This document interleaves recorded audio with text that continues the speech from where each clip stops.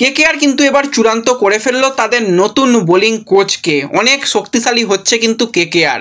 এছাড়াও কিন্তু বেশ কিছু গুরুত্বপূর্ণ নিউজ নিয়ে কথা বলার রয়েছে, মূলত ট্রান্সফার নিউজ যেটা বলতে পারো, সেই নিয়েও আলোচনা রয়েছে এই ভিডিওতে। খুবই ইন্টারেস্টিং ভিডিও হবে, শুরু থেকে শেষ পর্যন্ত দেখো।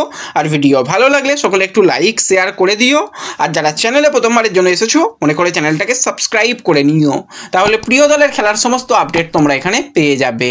তো চলো আর দেরি না করে ভিডিও শুরু করা যাক। তো শুরুতেই যদি আমরা কথা বলি একটুখানি মুম্বাই ইন্ডিয়ান্সকে নিয়ে, তো যেই দলকে নিয়ে কেউ কথাই বলছিল না তারাই কিন্তু বাজিমাত করে দিল। তোমাদের কয়েকদিন আগেই জানিয়েছিলাম শার্দুল ঠাকুর সে কিন্তু এলএসজি থেকে অল ক্যাশ ডিলে কিন্তু আসছে মুম্বাই ইন্ডিয়ান্সে। তো তারই কিন্তু অফিসিয়াল কনফার্মেশন এসে গেছে, মুম্বাই ইন্ডিয়ান্সে কিন্তু যোগদান করলো শার্দুল ঠাকুর। তো একটা সময় কিন্তু চেন্নাই সুপার কিংসে যে সমস্ত বোলাররা খেলতো, একদিকে শার্দুল, অপরদিকে যদি আমরা তাকাই দীপক চাহার, স্যান্টনার, সবাই কিন্তু এখন মুম্বাইতে, এমনকি করণ শর্মাও। তো ওভারঅল কিন্তু মুম্বাই অনেক বেশি শক্তিশালী হয়ে গেল, তাদের ফাস্ট বোলিং ডিপার্টমেন্টটা কিন্তু দুর্দান্ত হয়ে গেল এবং সেটা বলাই চলে। এবং শুধু মুম্বাই যে শার্দুল ঠাকুরকে নিয়ে থেমে রইল সেরকমটা নয়, তারা অকশনে আসার আগেই কিন্তু তারা বাজার করতে ভালো রকম শুরু করে দিয়েছে।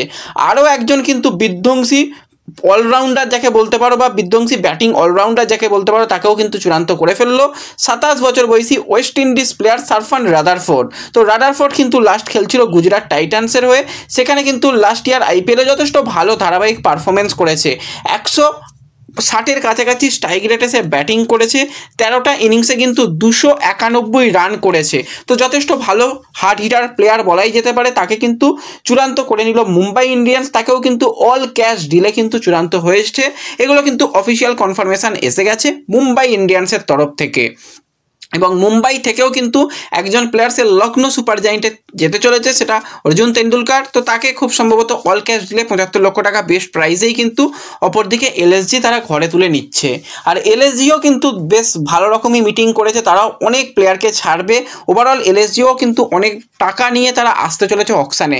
চেষ্টা করবো আজকে রাতের মধ্যে বেশ কিছু দল নিয়ে আপডেট দিয়ে দেওয়া, যে কোন দল কীরকমভাবে কত টাকা নিয়ে আসছে। রাতের মধ্যে আশা করছি আপডেট তোমাদের দিতে পারবো। তো লখনৌ সুপার জায়েন্টও কিন্তু থেমে নেই, তারাও কিন্তু ঘর গোছাতে শুরু করে দিয়েছে।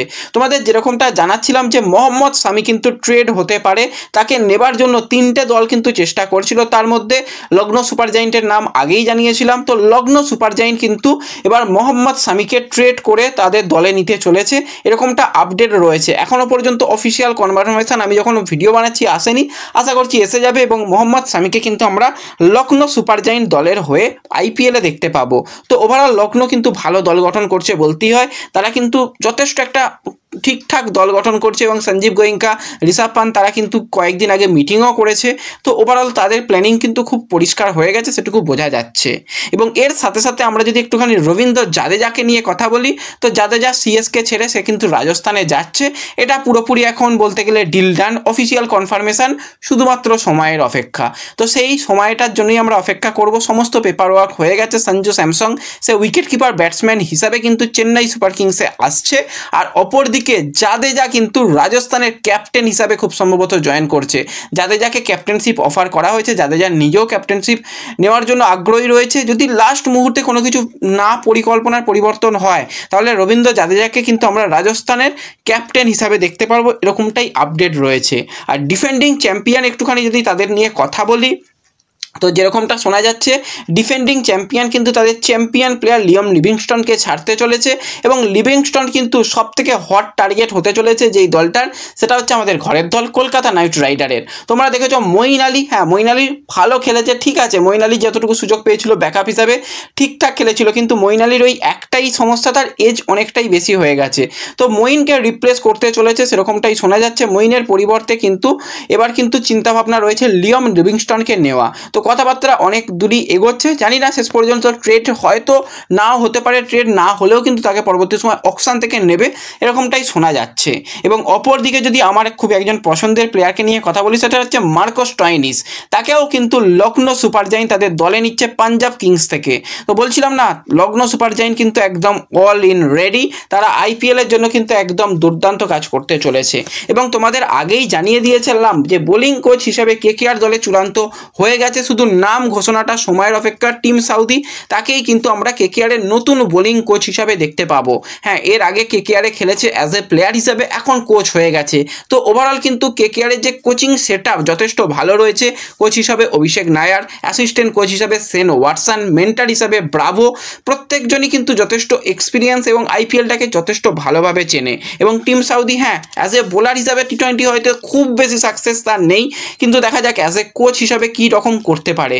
এবং কেকেআরের কাছে এই মুহূর্তে কিন্তু এমভিপি প্লেয়ার যথেষ্ট রয়েছে। সেখানে যদি আমরা তাকাই, সেন ওয়াটসন সেও 2বার এমভিপি হয়েছিল, সুনীল নারিন 3বার, অপরদিকে রাসেল 2বার, তো 7বার কিন্তু এমভিপি প্লেয়াররা কিন্তু এখন কেকেআরে রয়েছে। হিউজ এক্সপিরিয়েন্স নিয়ে কেকেআর যেতে চলেছে। হাতে যেরকমটা তোমাদের আগেই জানিয়ে দিয়েছি যে কাদের রিটেন করছে, তাদের রিলিজ করছে। মোটামুটি 45 কোটি 50 কোটি টাকা নিয়ে কিন্তু অকশানে যাচ্ছে এবং কেকেআর অনেক প্লেয়ারকে তুলবে। তার মধ্যে ক্যামেরন গ্রিন হট টার্গেট হতে চলেছে কেকেআরের জন্য, সেটা বলাই চলে। তো ওভারঅল কিন্তু সমস্তটা নিয়ে আলোচনা করলাম। কেকেআর কাদের রিটার্ন করবে, কাদের রিলিজ করবে, এন্ড স্ক্রিনে দিয়ে দেবো, তোমরা ভিডিওগুলো দেখে নিও, সমস্ত আপডেট পেয়ে যাবে। তো দেখা হবে পরবর্তী ভিডিওতে। ধন্যবাদ।